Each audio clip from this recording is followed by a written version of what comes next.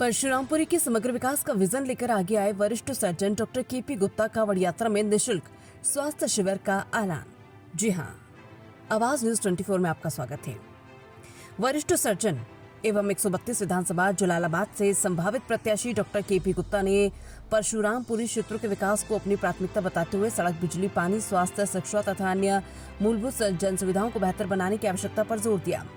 Doctor Gupta ने कहा कि क्षेत्र के समग्र विकास के लिए योजनाबद्ध तरीके से कार्य किए जाने की जरूरत है ताकि आम जनता को बेहतर सुविधाएं मिल सके। उन्होंने बताया कि उनकी प्राथमिकता स्वास्थ्य सेवाओं को सुदृढ़ करना, शिक्षा के स्तर में सुधार लाना तथा आधारभूत सुविधाओं का विस्तार करना है। उन्होंने आगामी कांवड़ यात्रा के दौरान श्रद्धालुओं की सेवा के लिए निःशुल्क स्वास्थ्य शिविर आयोजित करने की घोषणा की। शिविर में कांवड़ियों को प्राथमिक उपचार, आवश्यक दवाइयां और स्वास्थ्य संबंधी सुविधाएं उपलब्ध कराई जाएंगी, जिससे यात्रा के दौरान किसी भी स्वास्थ्य समस्या का तत्काल समाधान किया जा सके। डॉक्टर केपी गुप्ता ने कहा है कि जनसेवा ही उनका उद्देश्य है और क्षेत्र के विकास के लिए वे निरंतर प्रयासरत रहेंगे। उन्होंने परशुरामपुरी के भविष्य को लेकर अपनी प्राथमिकताओं और विकास की योजनाओं पर विस्तार से चर्चा की। देखिए पूरा वीडियो और जानिए परशुरामपुरी के विकास को लेकर डॉक्टर केपी गुप्ता का विजन तथा कांवड़ यात्रा में श्रद्धालु के लिए उनकी विशेष स्वास्थ्य सेवाएं पहल। उत्तर प्रदेश शाहजहांपुर से आवाज न्यूज 24/7 के लिए धर्मेंद्र दिवाकर की रिपोर्ट। जी सर, ऐसा है, मैंने वहाँ पर जब कल भंडारे का आयोजन किया था तो रामकृष्ण आश्रम था जिसमें मैंने भंडारे का आयोजन किया था। तो वहाँ साधु सन्यासियों की और प्रवासियों की इच्छा अनुसार मुझे ऐसा प्रतीत हुआ और उन्होंने हमसे वो इस चीज़ का डिस्कशन भी किया था कि उन्हें स्वास्थ्य सेवाओं की निरंतर आवश्यकता रहती है। इसके मद्देनज़र मैंने जो है कल वहाँ पे घोषणा की है कि रामकृष्ण आश्रम में प्रत्येक शनिवार को 2 बजे से 5 बजे तक मैं स्वयं वहाँ पर जाया करूँगा और सारे साधु संत और प्रवासियों को निःशुल्क अपनी सेवाएं दूंगा। और यदि किसी कारण मैं किसी दिन ना जा पाया तो मैं किसी अन्य डॉक्टर को और अपनी टीम को वहाँ भेजूँगा कि वो उन्हें अपनी सेवाएं दें। अच्छा, जो वहाँ पे जो मुख्य समस्याओं में एक समस्या और भी है, घाट की समस्या एक और भी समस्या है जो बहुत बड़ी समस्या है, जिसको शायद अभी तक लोगों ने ध्यान नहीं दिया है। वो ये है कि वहाँ पर एक बड़े शमशान घाट की व्यवस्था होनी चाहिए और वो सेपरेट होनी चाहिए, थोड़ी दूर होनी चाहिए, जहाँ पे एक साथ कम से कम 10 जो है बॉडी का अंतिम संस्कार किया जा सके। वहाँ खुले में अंतिम संस्कार किया जाता है, वहीं पे हमारी माता बहनें और बेटियाँ हम सब जो हैं स्नान करते हैं और वहीं पे अंतिम संस्कार हो रहा होता है। ये एक बड़ी समस्या है। अच्छा सर, जो वहाँ पर साधु संत निवास कर रहे हैं उनके ठहरने के लिए उचित स्थान नहीं है, इसको लेकर क्या कुछ कहेंगे आप? देखिए, जब घाट बन जाएगा तो घाट बनने के बाद आश्रम भी बनेंगे, जाहिर सी बात है कि बनेंगे, और फिर धीरे धीरे काफ़ी कुछ तो साधु संत अपना व्यवस्थाएं खुद भी करेंगे और लोग भी आएंगे, बढ़ेंगे आगे, और सामाजिक कार्यकर्ता लोग आएंगे, धीरे धीरे समाज सेवी लोग आएंगे, वो भी कुछ करेंगे। शायद भविष्य में मैं भी वहाँ पे कुछ ऐसा करूँ जिससे लोगों के ठहरने की व्यवस्था उचित हो सके।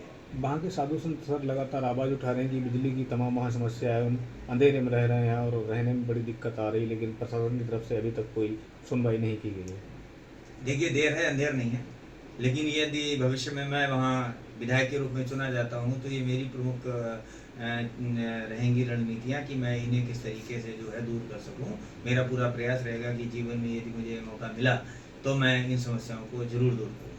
आज से सर पवित्र माह श्रावण की शुरुआत हुई है, तो किस तरीके का जनपदवासियों के लिए आपकी तरफ से संदेश है? कांवड़ यात्रियों को लेकर क्या कुछ सुविधाएं दी जाएंगी? मैं सभी जो है कांवड़ यात्रियों को जो है अपनी तरफ से बहुत बहुत बधाइयाँ देता हूँ, बहुत बहुत शुभकामनाएं देता हूँ।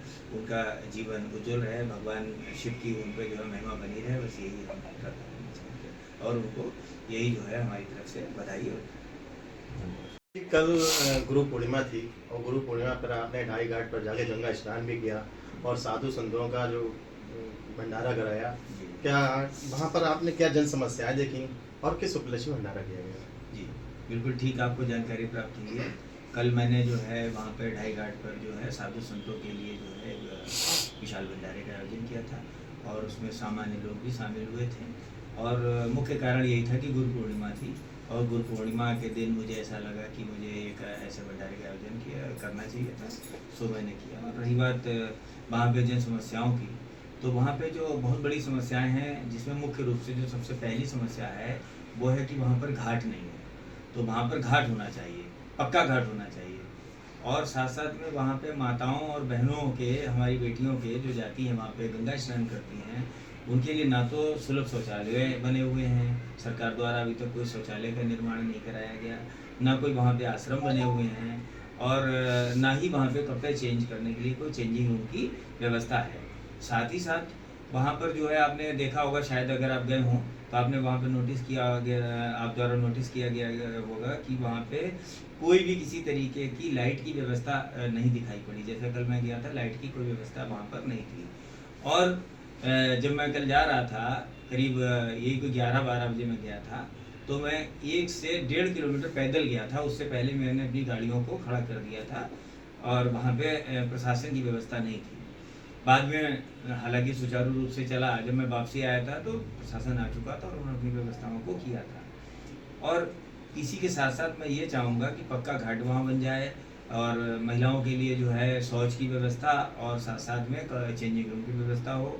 साथ ही जब आप देखेंगे कि ढाई घाट पे जब पहुँचेंगे तो ढाई घाट से मेन रोड से काफ़ी दूरी है, लगभग मेरे ख्याल से 1 किलोमीटर पड़ जाता है, जिस पर कोई पक्की सड़क नहीं है। तो पक्की सड़क का निर्माण वहाँ पर होना चाहिए। और एक चीज़ ये कि वहाँ पर मैं चाहता हूँ कि ये गुरुकुल, छोटा गुरुकुल जो छोटे बच्चों के लिए, जो कम से कम मेरे ख्याल से प्रारंभिक शिक्षा ले सकें और अपने संस्कृत, अपने धार्मिक चीज़ों के बारे में जान सकें, एक गुरुकुल का निर्माण होना चाहिए।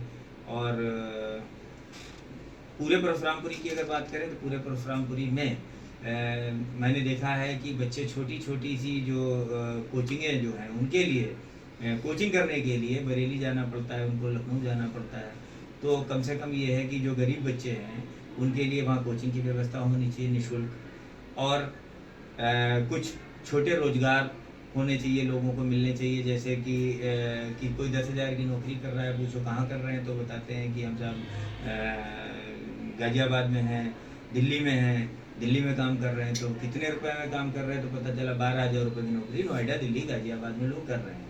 तो हम चाहते हैं कि ऐसा कोई रोजगार वहाँ पे उत्पन्न किया जाए, जिससे कि लोगों को बाहर पलायन ना करना पड़े। जी डॉक्टर साहब, आप वहाँ से चुनाव लड़ रहे हैं, जी चुनाव की पूरी तैयारी कर रहे हैं आप वहाँ से, जी। तो अब सावन माह स्टार्ट हो गया। अच्छा हाँ, एक चीज़ और भी कहना चाहेंगे यहाँ पे कि जो ढाई घाट है, ढाई घाट के इर्द गिर्द लगभग मेरे ख्याल से 7 से 8 किलोमीटर का जो दायरा है, ग्रामीण लोग हैं, उनके घरों में बाढ़ आने पर ऐसे संकट आते हैं कि उन्हें अपना अनाज जो है सड़कों पे ला करके रखना पड़ता है, वो सब डूब जाते हैं।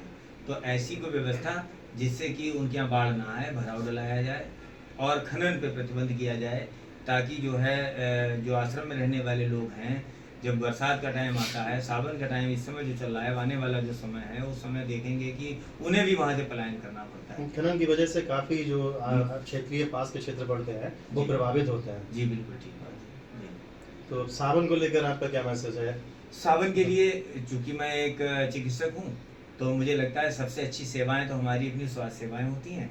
इसके लिए मैं बहुत जल्द जो है, कल या परसों से ही जो है, जलालाबाद में याकूबपुर चौराहे पे अपना निःशुल्क स्वास्थ्य शिविर का आयोजन शुरू कर दूंगा, कि जो भी कांवड़ यात्री जाएंगे उन्हें कोई भी स्वास्थ्य सेवा की आवश्यकता है, तत्काल वहीं पर उनकी पूरी की जाएगी। और साथ ही मैं शाहजहाँपुर से मोहंदी रोड पे कहीं व्यवस्था करूँगा, जगह चुनूँगा, और वहाँ पर भी मैं